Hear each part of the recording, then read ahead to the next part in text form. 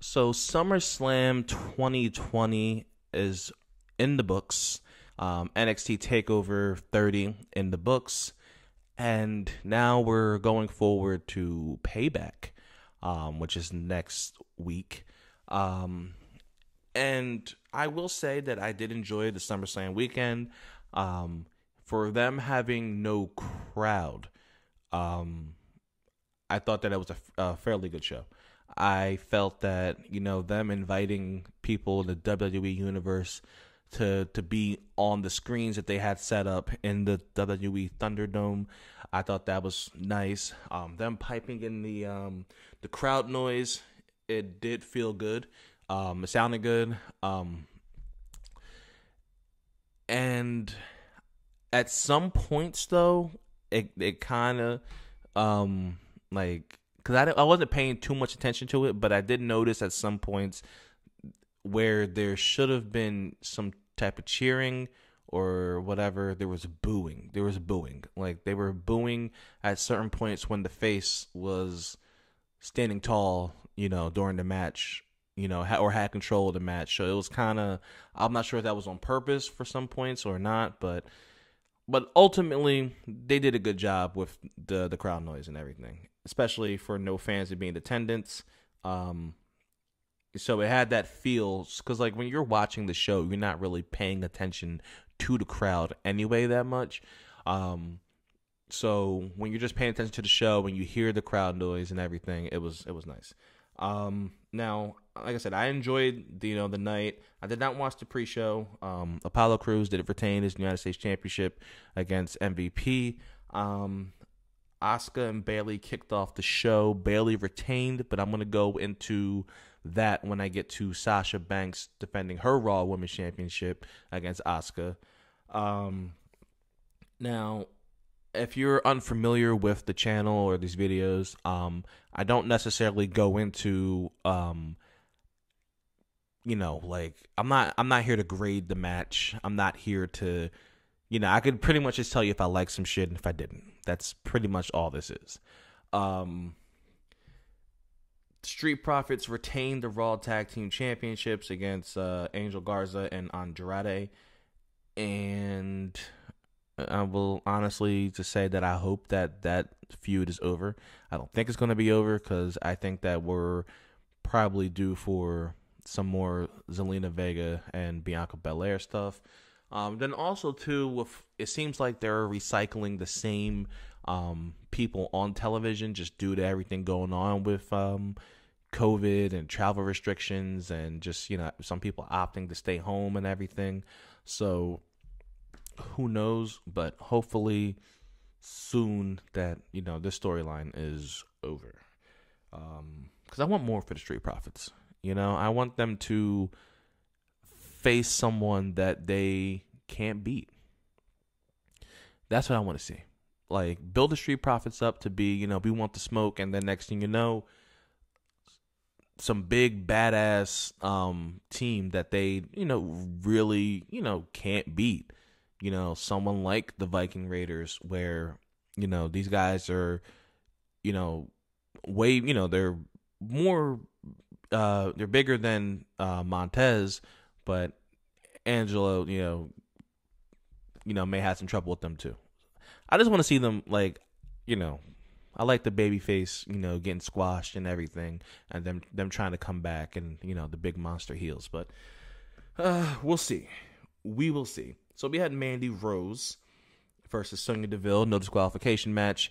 There were some things that I liked about the match that I remembered. One, let's say, listen, we all know Mandy Rose is beautiful. Okay, she is a beautiful woman, and her persona on screen, they did package her well, together, with the theme song, the whisper, the Mandy,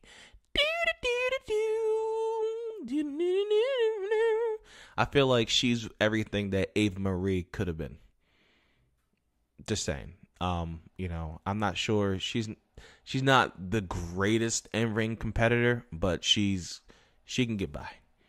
And I feel like with more time and everything, I feel like she will be a major, major, major star, Trish Stratus level, Sable level, if she continues, on the pace that she's at. So Sonya Deville ended up losing, so she had to leave WWE. We do know that Sonya Deville did have an incident where someone was stalking her and tried to enter her home when she was sleeping. And that man was arrested. And I just want to say that, one, I am happy that, the headline was just that. I'm happy that it didn't go any further. I'm happy that, everyone is safe, and you guys out there, you got to understand that, we love these performers. We sometimes we do feel a connection to them through the TV, but that's really all it is. It's a connection through the TV. Like, you can't be out here stalking, these people, because, Sonya Deville on TV is not Sonya Deville in real life. You know what I mean? Like, we're not at that point where we got to understand that a lot of wrestlers, they have been asking for their privacy to be respected. Whether they're, in an airport or in their homes or just, out shopping about with their family. We've seen this all the time with celebrities, and just flat out stalking somebody is just a no-go. So, if you're out there, you're a wrestling fan, and you're obsessed with these people and everything like that, I would recommend that you just check yourself and just do not act on your urges, please, because you're just going to end up in jail, and it's just not something, like, if you really love these people, you would not cause any harm to them, and you would not invade their personal space. But many are speculating that she's taking time off because of that, and honestly, I support her. I'm, all for it. And hopefully, she does, if she, wants to or whatever, she comes back and has a good run. Now, we had Seth Rollins versus Dominic Mysterio. Man, oh man. This wasn't bad at all. The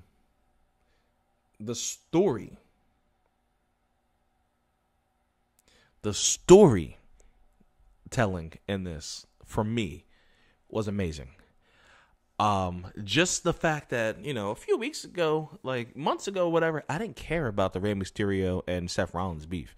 And then when Dominic got into the mix, I was like, okay, like, you know what I mean? Like, okay, shit may be a little interesting. You know what I mean? Like, oh, we're about to see Rey Mysterio Jr.'s kid wrestle for the first time. And he did not disappoint. He didn't disappoint. I did, say on Twitter that he did kind of look like T.J. Perkins a little bit, just based on the ring attire and the haircut and everything. But he looked good. I mean, he did what he had to do. He looked really good, especially in there with somebody as talented as Seth Rollins. They put on, Seth was amazing, playing the heel, Rey Mysterio, handcuffed to the rope, having to watch him, destroy his son. Dominic telling his dad, like, yo, like, I want to do this on my own. Like, don't get involved. Like, all that, the mom all standing on the stage and everything. Like, it was a moment. It was a moment. And the right person won, because it's one of those situations where, because of the story itself, how hard the babyface fought,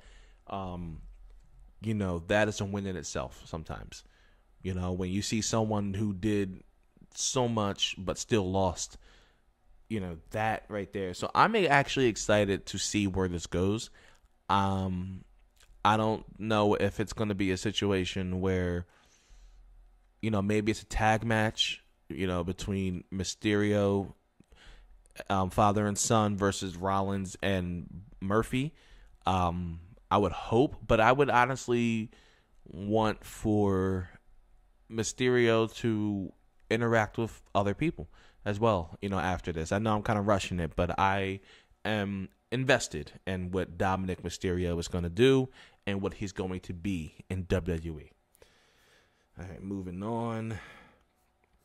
Sasha Banks versus Asuka for the Raw Women's Championship. So after not being able to capture Bayley's SmackDown Women's Championship, Asuka did defeat Sasha Banks to win the Raw Women's Championship. And the intriguing part about this is, what is going to be the split? Like, what is going to cause the split between Sasha Banks and Bayley? We've been waiting for this to happen for so long. Bayley did try to, interfere the same way that Sasha interfered. And, but ultimately Sasha ended up losing. Now, they do have a tag team title match next week at Payback. And my guess is that they are probably going to lose those titles. And they're probably going to lose those titles either because of... I mean, I don't think it matters if it's either Bayley or Sasha. But if it's Bayley... If it's Bayley that takes the pin, then they have something to fight over about. It's like, well, I lost my Raw Women's Championship because you weren't there for me. Well, and then you lost the tag titles for me. And it's like, oh, but you're just mad because I'm still a champion and you're not. And the next thing you know, they start, you think they're about to beef again, and then they team up for a little bit longer, and then other things happen, and maybe Bayley ends up losing her SmackDown Women's Championship, and then, but that's way in the future. But hopefully, I really want to see this match. It's been like 5 years in the making. Like, I really want to see this match at this point.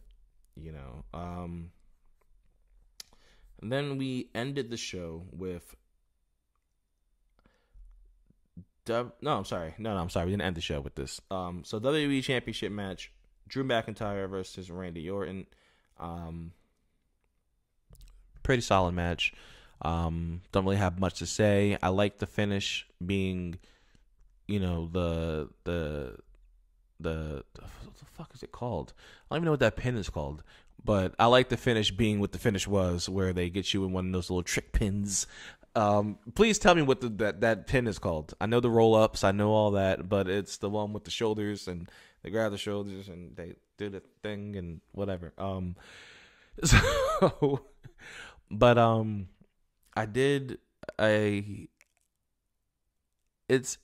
different, and I don't think this is going to be the last time these guys fight, which is cool, because I would like to see these guys wrestle in possibly Hell in a Cell. I would like to see these guys wrestle possibly in a no disqualification match, some type of street fight, some type of, where they can get really sadistic, because I think you got Randy Orton, who's literally like a psychopath right now, and then you got Drew McIntyre, who is coined the Scottish psychopath, and it's a good mix. It's a good mix, and I can see a few more matches between these two. I don't know if Randy actually wins these matches, but I can see. I'm down for it, because normally, like, I hate looking at like 3-4 month programs, because it's not the same anymore as it was like back in the day. When it comes to like the pacing and the storyline telling and everything, I feel like nowadays they give you a lot at once. But this was I wasn't satisfied with the finish, but I was satisfied because I wanted to see Randy eat a Claymore, not get caught off guard with a pin, and I think that has me intrigued. So we had The Fiend versus Braun Strowman for the Universal Championship. Now, the important part of all this here is The Fiend and his character still strong, Still, I mean, no, the Fiend Bray Wyatt did win the Universal Championship. Um, I had no issue with this. I haven't really watched SmackDown, so I don't really know if Braun was the best choice for the world title or not. But I like the fact that, I mean, I couldn't see the Fiend losing. The only way I could see is, the Fiend, the match just like not ending. And how many times have we seen that where the Fiend is in a match and like it doesn't really necessarily end, or it's kind of, some type of wild finish where it's not satisfying for anybody. So I did like this, but the big news here is Roman Reigns is back. So after the match, Roman Reigns comes out and literally spears the Fiend like out of fucking nowhere. Like, I was like, what the fuck is happening? Like, I'll just watch it. I'm like, all right, the Fiend's winning, whatever, looking at your phone and shit. Next thing I'll see this black, all I see just this black streak go across my TV, and I was like, holy shit, what the fuck is this? And then it was like, it's Roman Reigns, and I was like, listen, I was actually excited. Like, I've always loved Roman, but I didn't like Roman because of how they portrayed him. I don't mind him going after the title. I don't mind him being near the title. Like, I don't care about none of that shit. It's the character for me. And what he did yesterday, or at SummerSlam, beating down Braun Strowman and the Fiend, makes me hope. Based on what his T-shirt said, wreck everyone and leave. I really hope that that's what he's going for in the future. I really do hope that Roman Reigns' new attitude is just, I'm going to beat your ass, and that's it. Lone wolf type shit. I'm going to beat your ass. I'm going to win these championships. I'm going to do this. I'm going to do that. This ain't about the fans. This ain't about the events. This ain't about commercials. This ain't about nothing. This is about me. This is my shit. This is my yard. Like, just talking all that shit. That's what we want to see, because the people that were booing Roman, they gonna like that shit. But just having Roman out there just as a tweener, where he's not a baby face, like he's just a badass. Like, I remember back in the day, the APA, I couldn't tell you if they were faces or heels or not. I don't remember, but I do know that they were whooping motherfuckers' asses. They had no picks. They didn't care if you were a baby face or heel. They would just whoop your ass. You owe them money. You lost in the card game, you couldn't pay up, they beat your ass. Like Stone Cold Steve Austin, same shit. Like, Stone Cold was a heel, but we all still love Stone Cold, but Stone Cold was always Stone Cold. You know what I mean? Randy Orton, same thing. Randy Orton right now.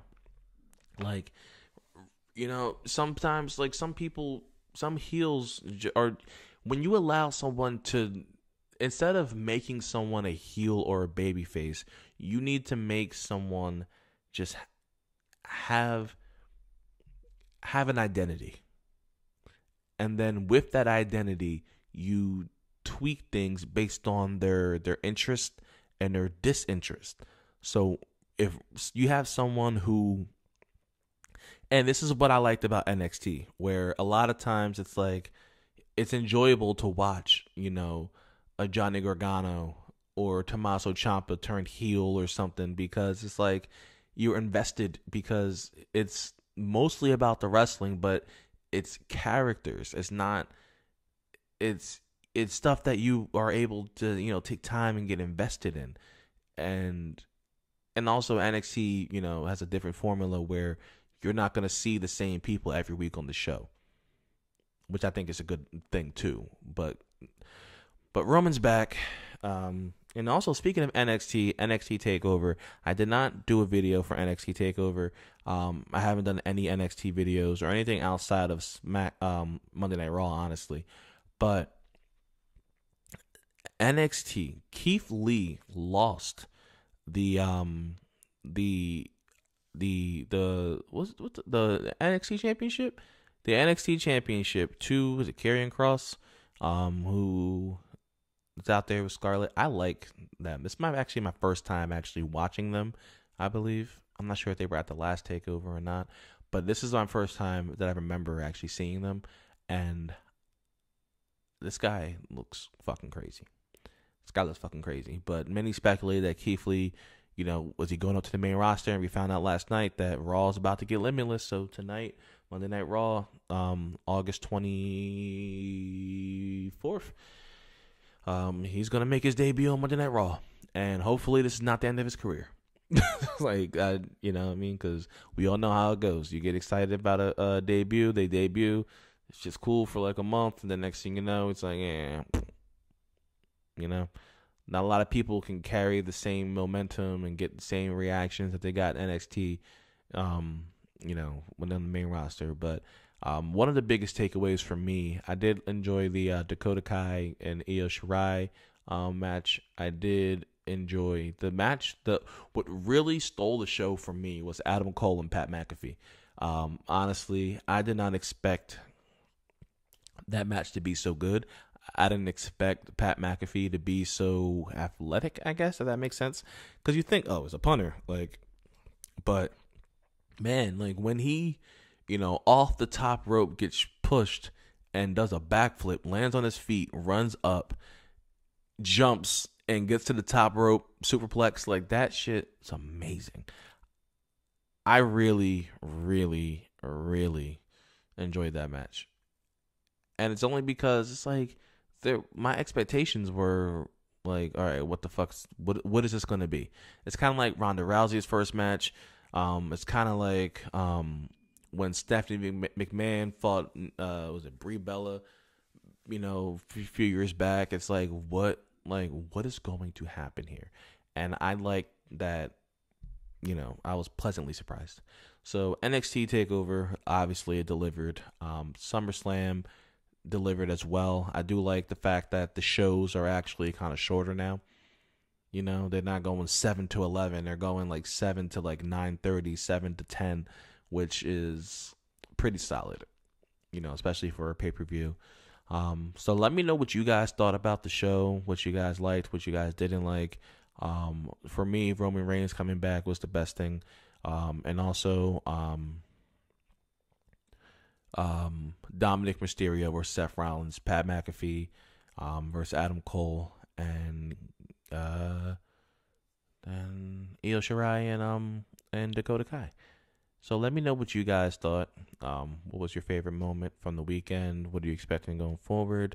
Make sure you hit the subscribe button. I know I'm supposed to say that shit. I was supposed to say that earlier in the video, but whatever, right? Thank you for watching, and I'm out.